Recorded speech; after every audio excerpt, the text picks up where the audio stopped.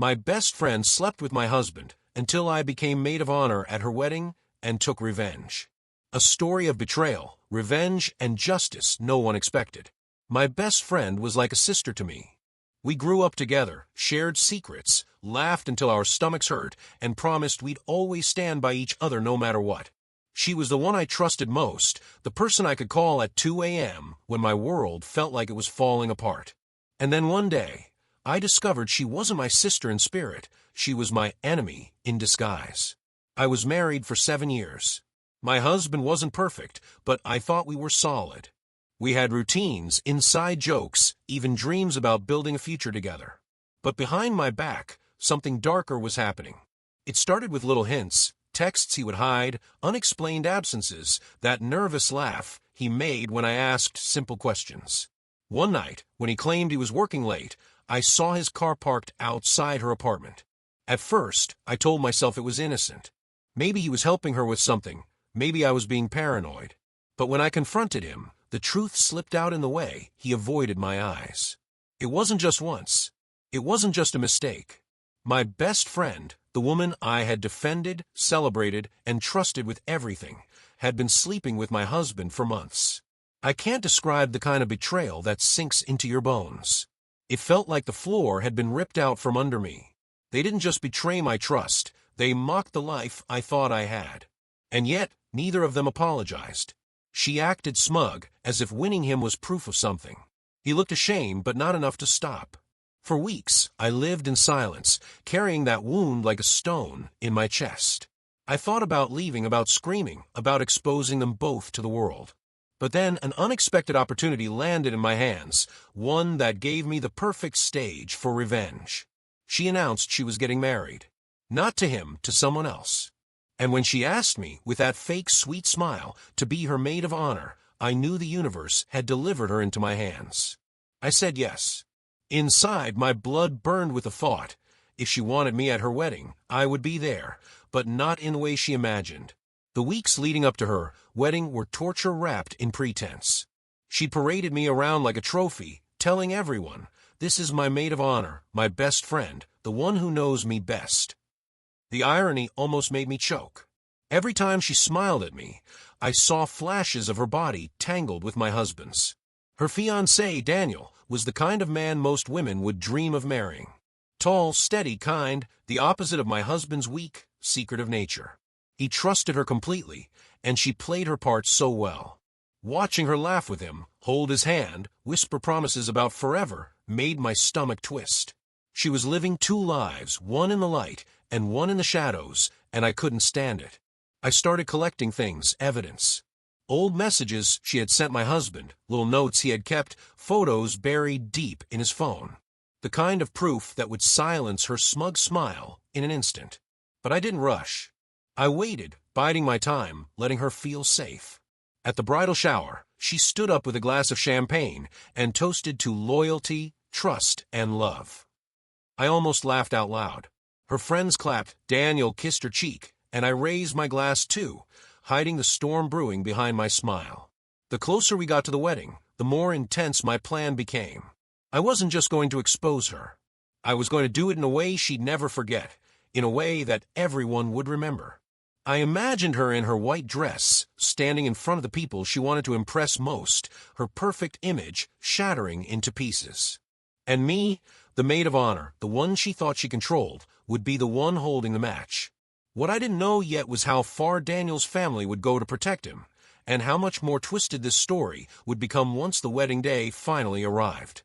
Being maid of honor gave me access that no private investigator could buy. I had passwords, timelines, vendors' contacts, even the coordinator's shared drive where every slideshow, song list, and speech draft lived. I learned the choreography of the day, who would speak when, which photos would appear on the screen, exactly where the groom's father would stand for the toast. Every little predictable moment became a lever I could use. I started small. While helping her pick the bridal party dresses, I made sure the seamstress kept extra time in the fitting schedule. While she was gushing about lace and tulle, I slipped a tiny SD card into her invitation box, the kind the photographer used, and told the photographer later that I'd found it backstage and wanted him to review it for quality control. He plugged it into his laptop and left it in the shared folder, thinking nothing of it. On that card, I'd copied things I wanted everyone to see. Screenshots of messages, timestamps, a series of photos of her at my house. Evidence was useless unless people actually looked at it. I cultivated allies without being obvious. A few bridesmaids already suspected something, not the affair, but that she wasn't as spotless as she seemed. I befriended the florist, flattered the caterer, charmed the DJ. People like to be helpful when they feel appreciated, and I made sure they felt needed. The DJ promised to play exactly what was on the playlist I dropped into his inbox, and the photographer became a quiet accomplice, agreeing to move a certain set of candid shots to the formal highlights folder. There were moral barricades I skirted. I didn't expose medical records or trash their reputations with lies. My plan relied on truth, framed in a way that would make it impossible to ignore. I rehearsed the moment 1,000 times in my head. The toast, the slide, the gasp, the silence. I practiced my smile, calm, measured, almost sympathetic, the kind you give someone you intend to cut loose. Then came the part that felt both daring and delicate, the speech. As maid of honor, I could speak before the couple took the floor. A single microphone, a room full of people, the screen above the dance floor. It was the perfect stage. I wrote a toast that sounded like a tribute at first. Childhood memories, shared dreams, the long nights we'd talked until dawn. I threaded it with details only a best friend would know, and wrapped the betrayal inside the cadence of nostalgia. I wanted the crowd to lean in before the blow landed. On the last rehearsal night, I uploaded the slideshow to the coordinator's drive and watched the files sync. It was oddly ceremonial, the click of the upload bar, like a countdown. I felt a rush of something fierce and cold, then an unexpected tremor of doubt. Revenge tasted sweeter when it was clean, I told myself. It must be precise, surgical, indisputable. The progress bar finished.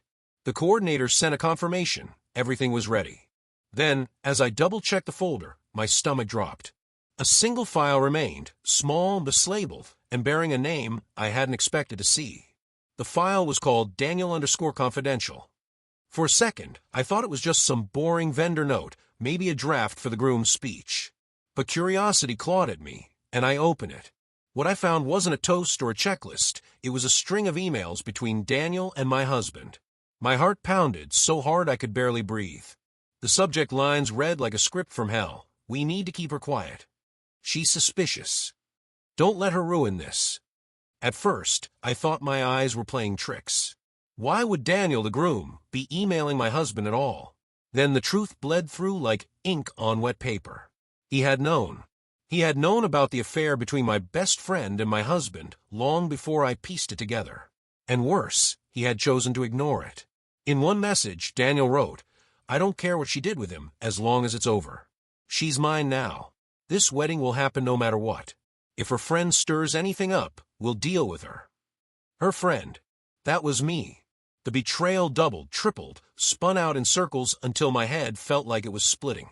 So Daniel wasn't the innocent, loving fiancé I thought he was. He wasn't blind to her lies. He was complicit. He wanted the perfect wedding, the perfect bride, the perfect image, and he didn't care what she had done or who she had destroyed to get it. I slammed my laptop shut and sat frozen in the dark, the glow of the screen still burning in my eyes. For weeks, I had been plotting how to expose her. Now I had evidence that could crush both of them. But this changed the equation. My plan had been sharp and personal, aimed straight at her heart. Now it felt like I was standing on a fault line, holding a match over a city built on secrets. The wedding wasn't just an event anymore. It was a stage for everyone's lies. And suddenly, I wasn't sure if my revenge was going to destroy her alone or all of us. My hands shook as I stared at the emails again, reading and rereading until each sentence burned into my memory. There was no way to gaslight this away. Timestamps, headers, the unmistakable chain that tied them together. I felt equal parts vindicated and terrified. This was bigger than a broken heart. This was a web that reached into someone else's family, someone who could make problems disappear with a quiet phone call. I needed an ally I could trust. The photographer, Mark, had been unobtrusive from the start, the kind of person who watched more than he talked. He owed me favors from a shoot I'd helped him land months ago, and more importantly, he had insisted on honesty when everyone else preferred gloss. I met him at a coffee shop 2 days later, the folder with the emails folded inside my bag, like contraband. "You look like hell," he said without prompting. "This will be the nicest thing that happens to me all year," I told him. He didn't laugh. I laid the laptop between us and watched his face change with each message. There was no moralizing, only a slow, practical assessment. "You can't just blast this in front of 100 people and expect to walk away unscathed," he said finally. "But you can make them see. Make the truth unavoidable." Mark's suggestion was surgical. Instead of an ugly, chaotic exposure, he proposed something clean. A slideshow that would play during my speech, each slide revealing a tiny, undeniable piece of the puzzle, a screenshot, a timestamp, a cropped message. Nothing defamatory, nothing taken out of context. The evidence would narrate itself. He promised to back everything up and hold copies in 2 places. His calm steadied me. I spent nights rewriting my maid of honor speech, toning down venom and amplifying precision. I wrote lines that sounded like memories but seeded them with firm facts. Dates, places, small details only someone close could credibly mention. I practiced the cadence until my voice didn't tremble. The plan felt both righteous and clinical. That steadiness terrified me more than the betrayal ever had. There were risks beyond reputation. Daniel's father chaired a local charity that had influence on police and press. The thought of lawsuits, phone calls to venues, or worse, threats thinly veiled as concern, was real. Mark reminded me to protect myself. Copies to trusted friends, a secure cloud account, timestamps to prove I'd not altered anything. He even suggested a meeting with an attorney to understand defamation boundaries. I nodded and filed the idea away. If I wanted the truth to stand in court later, it had to be indisputable.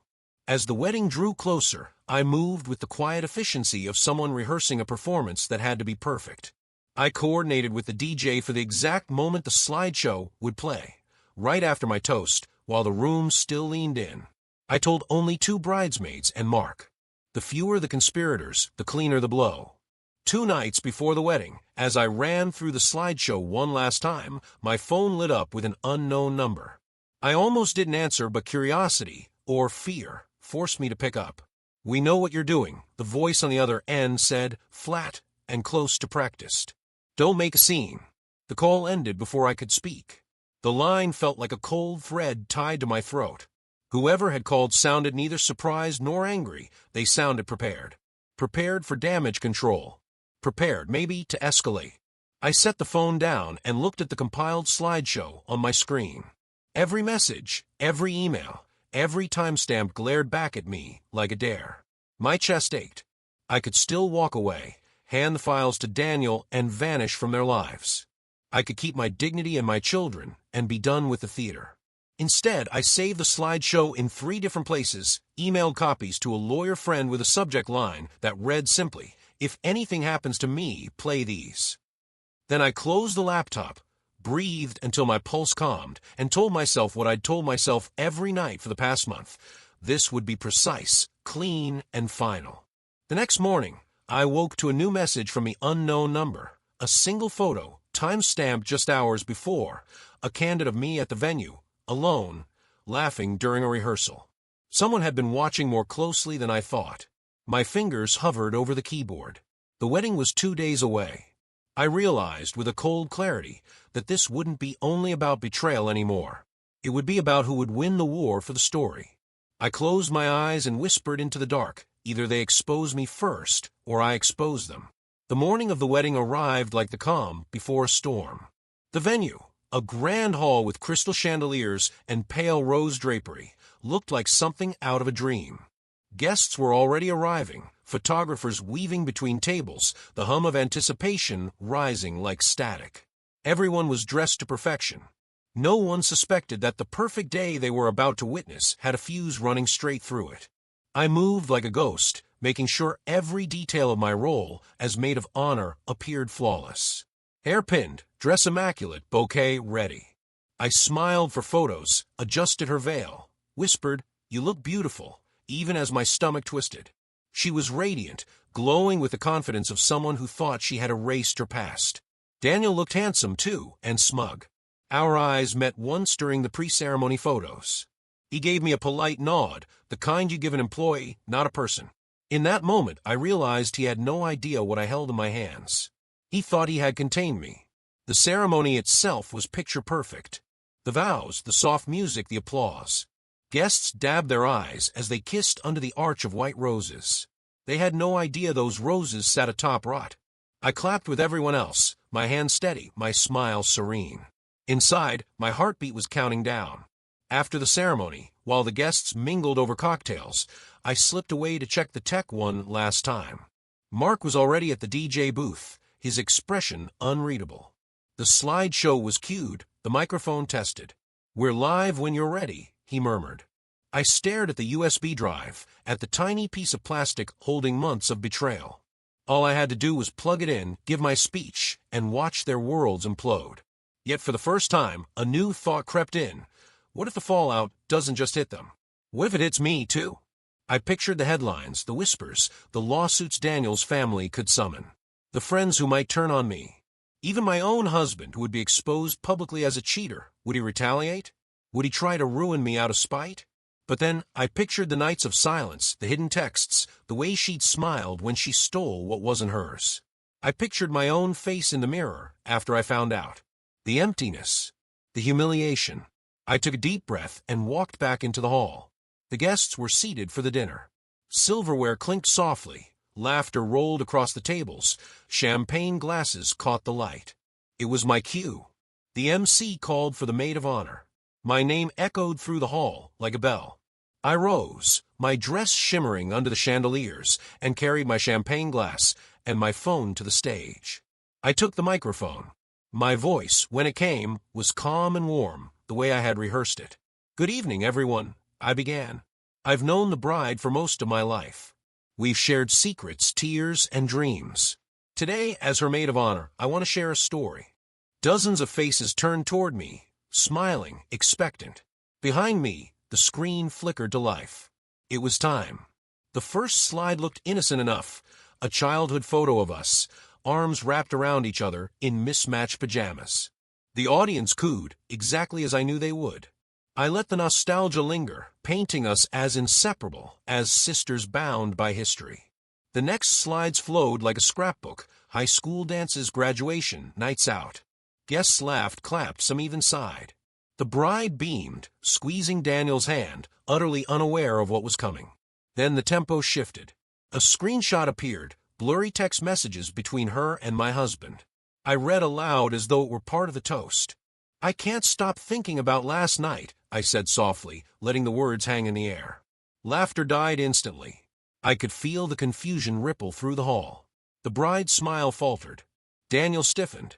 Slide after slide unveiled more, the time-stamped calls, the hotel receipts, the selfies she had stupidly saved. Each one projected larger than life for everyone to see. The room filled with a stunned silence broken only by scattered gasps. I kept my voice steady, weaving the evidence into my speech like poetry. They thought they could keep this secret. That loyalty, trust, and love were just words to throw around. But truth has a way of shining through. The bride's face drained of color. Her lips trembled, but she didn't speak. Daniel, red with fury, grabbed her wrist as though to make it stop, but he couldn't. The screen was relentless. And then came the final slide, not of her, not of my husband, but of Daniel's emails. The ones where he admitted knowing. The ones where he called me the friend who needed to be kept quiet. The hall erupted. Guests whispered, chairs scraped, a few gasped Daniel's name in disbelief. His parents looked horrified, scrambling as though they could still control the narrative. I raised my glass one last time. To the bride and groom, I said, my tone calm, almost sweet. May your marriage be built on truth, if you can still find any. I set the microphone down. The room was chaos. The bride covered her face with her hands. Daniel shouted something I couldn't hear over the roar of voices. My work here was done. But as I walked back toward my seat, my phone buzzed in my hand. A new message appeared on the screen. It wasn't from Daniel. It wasn't from her. It was from my husband. You think you've won. You have no idea what's coming. The message froze me mid-step. My husband, the man I had already mentally buried, had just thrown down a gauntlet. For a moment, I wondered if he was bluffing, but the tone was too sharp, too certain. I slipped out of the reception hall, leaving behind the chaos I'd orchestrated. Outside, the night air was cool against my flushed skin. My phone buzzed again. Another message. Check your email. Now. My stomach churned. I opened my inbox with trembling fingers. There it was, an email with the subject line, "Your turn." Inside was a single attachment. A video. I pressed play. The screen lit up with a scene from my own kitchen. My husband had set up a hidden camera, and there I was weeks ago, sitting across from Mark, the photographer. The video caught us leaning close, whispering, planning. But without context, it looked intimate. At one point, Mark touched my hand to reassure me. Frozen in time, it looked like something else entirely. And then came the worst part, a clipped audio file, spliced together. My voice sang, "I wanted to destroy them. I won't stop until she's ruined." Cut from different conversations, twisted to make me sound vindictive, unhinged. If he released this, I wouldn't look like the betrayed wife or the loyal friend seeking justice. I'd look like a bitter woman who had plotted to wreck a wedding out of spite. My pulse hammered in my ears. Inside, I could still hear the uproar, Daniel shouting, guests murmuring, her sobbing. I had set fire to their perfect day, but now it seemed my husband was ready to pour gasoline on mine. I texted him back, my fingers barely steady. "What do you want?" His reply came instantly. "You'll see me before the night is over. And when I arrive, you'll wish you never tried this." The hairs on the back of my neck stood up. The wedding wasn't over, not yet. The war I thought I'd won was only entering its next battle. He arrived like a storm, not quietly, not with the quiet shame I'd imagined, but with the arrogance of a man who thought fear and noise could win the day. My husband pushed through the reception doors, suit rumpled, eyes mad and flat. He scanned the hall as if searching for someone to blame, and when he saw me, he didn't even try to pretend remorse. He planted himself at the edge of the dance floor and shouted my name loud enough to make glasses tremble. "You wanted a scene?" He barked. "I'll give you one." People turned. Daniel, still furious, lunged toward him, and only the groomsmen stopped the collision. Daniel shouted something about dignity, his voice cracked between anger and fear. My chest tightened, but my face stayed calm. I had rehearsed this smile until it was a weapon. He lifted his phone, like a judge passing sentence. "I've got everything. Video voice, you look like a monster. You'll lose your kids. You'll lose your home. You'll lose everything." If he planned to terrify me, he picked the wrong night. I walked toward him slowly, footsteps measured, heels soft on the polished floor. People parted like water, some disgusted, some curious. I met his eyes and didn't flinch. "You think you found a clip, and that makes you clever," I said, voice steady. "You think splicing words together makes them true." He sneered. "You think anyone will believe you?" That was when Mark moved. Calm, precise, he came up beside me with a hard drive and a legal-looking folder. The lawyer I'd sent the files to, the one with the quiet voice who never judged me, stepped into the light behind him. I hadn't planned for a courtroom in a reception hall, but the universe had a way of lining up allies when you needed them.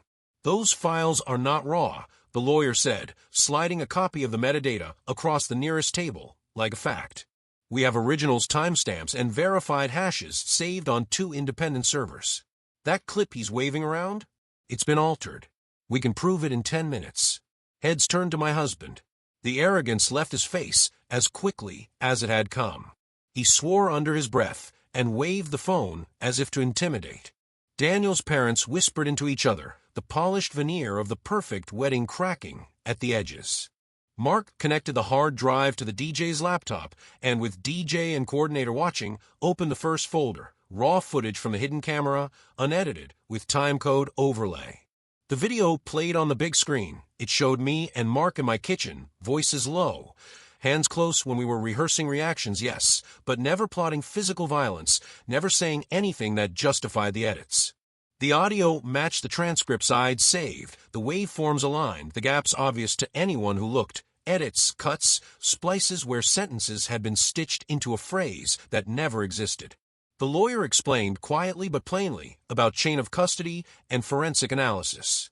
He showed the hash values, the server logs, the email trail where I'd sent Mark the original recordings, the timestamps proving the edits were made after my file left my control. People in the hall stopped shouting and started listening to evidence instead of gossip. My husband's face drained. He tried to speak, but his words came out thin. Someone in the back, a friend of Daniel's who'd worked in IT, leaned over and whispered to his neighbor.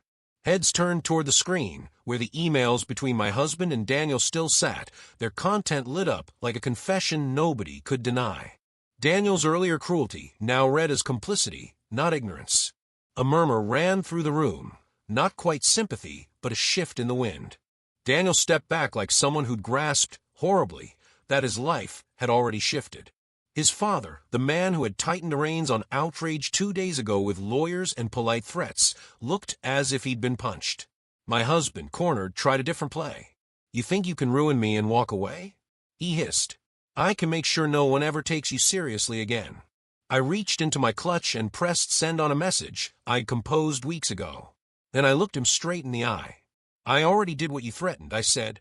"I gave copies to the people who matter. The lawyer, the photographer, and one other person who keeps bad men accountable. If anything happens to me, these go live." He searched my face, wild, and then lower, he mouthed a single word, "Blackmail?" I didn't answer. Instead, I let silence do the work. The room had shifted from spectacle to tribunal. Conversations had splintered into small pockets of analysis. A few bridesmaids hugged each other and cried. Daniel's mother sat frozen, hands clasped. The bride had slipped to the floor, face in her hands. Security gently steered my husband toward the exit after a terse conversation with venue staff. He clenched his jaw the whole way out, leaving a trail of angry whispers and a handful of stunned guests. As the doors closed, someone shouted after him. He didn't turn. I thought that would be the end of it, that the night would collapse into aftermath, into calls and apologies and the slow, grinding legal work ahead. But as I slid back into my seat, phone in hand, a new message pulsed on the screen. It was from an unknown number. The text read, "You made the right call tonight, but you still don't know who pulled the strings." I let the message sit, its edges sharp against the buzz of recovery around me. It was both a warning and an invitation, the kind that promised the story wasn't over, only changing its battlefield. I folded the phone into my palm and lifted my head to the room that had watched my life unravel and reassemble. Whatever came next, lawsuits, gossip, custody battles, or darker games, I had already discovered the one truth that mattered. I could still decide how the story ended. The reception never fully recovered. The bride disappeared into a side room. Daniel followed after her, and whispers replaced the music. Some guests left early, unwilling to stay in a place soaked with scandal. Others lingered, savoring the drama like wine. I stayed seated at my table, oddly calm. The chaos I had unleashed spun around me, but inside I felt light, not triumphant, not smug, just free. The secret I had carried for months wasn't mine anymore. It belonged to the world now. My phone buzzed again. The unknown number sent one last message. The war isn't between you and them. It's between those who build lies and those who break them. Choose carefully. For the first time in months, I didn't feel fear reading those words. Because I realized something. I had already chosen. I had chosen to stop being silent. To stop carrying other people's sins like they were my own. When I finally stood to leave, Mark walked with me to the door. "You know this is just the beginning, right?" he said quietly. "I know," I replied, "but beginnings are better than endings." Outside, the night air was cool and sharp. The chandeliers inside still glowed, casting fractured light through the windows. A wedding meant to celebrate loyalty and love had ended in ruins, and I was the one who tore down the facade. And yet, I didn't regret it. Not for a second. Because sometimes revenge isn't about destroying others. It's about reclaiming yourself piece by piece, until you no longer flinch at your own reflection. That night, walking away in my maid of honor dress, I wasn't a betrayed wife or a discarded friend anymore. I was something else entirely. I was free.